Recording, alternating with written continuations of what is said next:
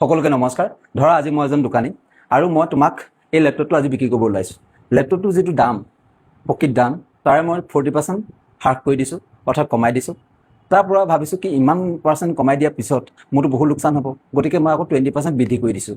এতিয়া ইমানখিনি কৰাৰ পিছত যিটো শতাংশ পৰিৱৰ্তন হ'ব, কিমান পৰিৱৰ্তন হ'ব? অৰ্থাৎ আজি কুৱেশ্যনটো ঠিক তেনেকুৱাই।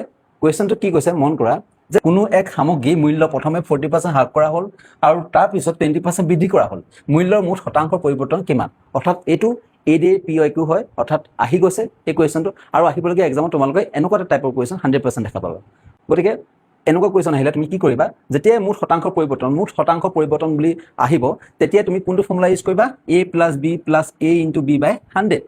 ইয়াত A হ্ৰাস কৰাও হ'ব পাৰে, A বৃদ্ধি কৰাও হ'ব পাৰে। গতিকে দুইটা ক্ষেত্ৰতে আমি এইটো ফৰ্মুলা ইউজ কৰিব পাৰোঁ। অৰ্থাৎ প্ৰথমতে যদি বৃদ্ধি কৰা দিয়ে, তাৰপিছত যদি হ্ৰাস কৰা দিয়ে, তেতিয়াও আমাৰ এইটো ফৰ্মুলা ইউজ হ'ব। এতিয়া আমি কেনেকৈ কৰোঁ চাওঁ আহা।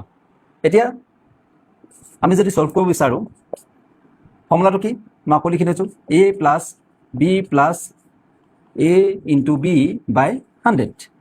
এতিয়া A মানে কি? প্ৰথমতে কি আছে? 40% হ্ৰাস কৰা হ'ল, অৰ্থাৎ কমাই দিয়া হ'ল। হ্ৰাস মানে কি? মাইনাছ, অৰ্থাৎ 100 টকা যদি এটা বস্তুৰ দাম হয়, তাক 40% কমাই দিলোঁ, কিমান হ'বগৈ? 60 ৰুপিজ হ'ব। অৰ্থাৎ কমাই দিয়া মানে কি? মাইনাছত আহিব। অৰ্থাৎ 40%, আমি 40টো আকৌ কি বহাম তেতিয়াহ'লে? মাইনাছ বহাম। তাৰপিছত আকৌ কিমান % বৃদ্ধি কৰিছে? 20% বৃদ্ধি কৰিছে। 20% বৃদ্ধি বুলি ক'লে সদায় কি আহিব? প্লাছ আহিব, +20 প্লাছ A × B, অৰ্থাৎ A মানে কিমান পাইছিলোঁ? -40, অৰ্থাৎ -40 ইনটু B মানে কি? 20 হ'ব, অৰ্থাৎ 20% বৃদ্ধি কৰা হ'ল, গতিকে প্লাছতে হ'ব, ডিভাইডেড বাই কি হ'ব? 100। -40 + 20, অৰ্থাৎ মাইনাছে প্লাছে কি হয়? মাইনাছ হয়। -40 বা 20 গুচি গ'লে কিমান থাকিব? -20 থাকিব।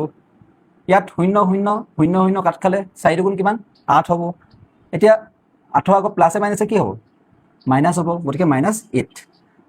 -20 -8, এতিয়া মাইনাছে মাইনাছে কি হয়? প্লাছ হয়, অৰ্থাৎ 20 + 8 হ'লে কিমান হ'ব? 28।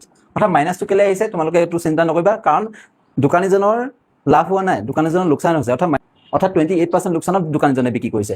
আমাক সুধিছে যে মুঠ শতাংশ পৰিৱৰ্তন কিমান হৈছে, লাভ হৈছে নে লোকচান হৈছে আমাক সোধা নাই। গতিকে মুঠ শতাংশ পৰিৱৰ্তন কিমান হৈছে, আমি কিমান পালোঁ? 28। অৰ্থাৎ অপশ্যন কোনটো? Option D. গতিকে আজি তোমালোকৰ বাবে এটা কুৱেশ্যন লৈ আহিছোঁ। কুৱেশ্যনটো কি হয়? ছেম কুৱেশ্যন হয়, ইয়াত 40%ৰ জেগাত 30% কৰি দিবা আৰু 20%ৰ জেগাত 10% কৰি দিবা। অৰ্থাৎ কোনো এক সামগ্ৰীৰ মূল্য প্ৰথমে 30% হ্ৰাস কৰা হ'ল আৰু তাৰপিছত 10% বৃদ্ধি কৰা হ'ল। মূল্যৰ মুঠ শতাংশৰ পৰিৱৰ্তন কিমান?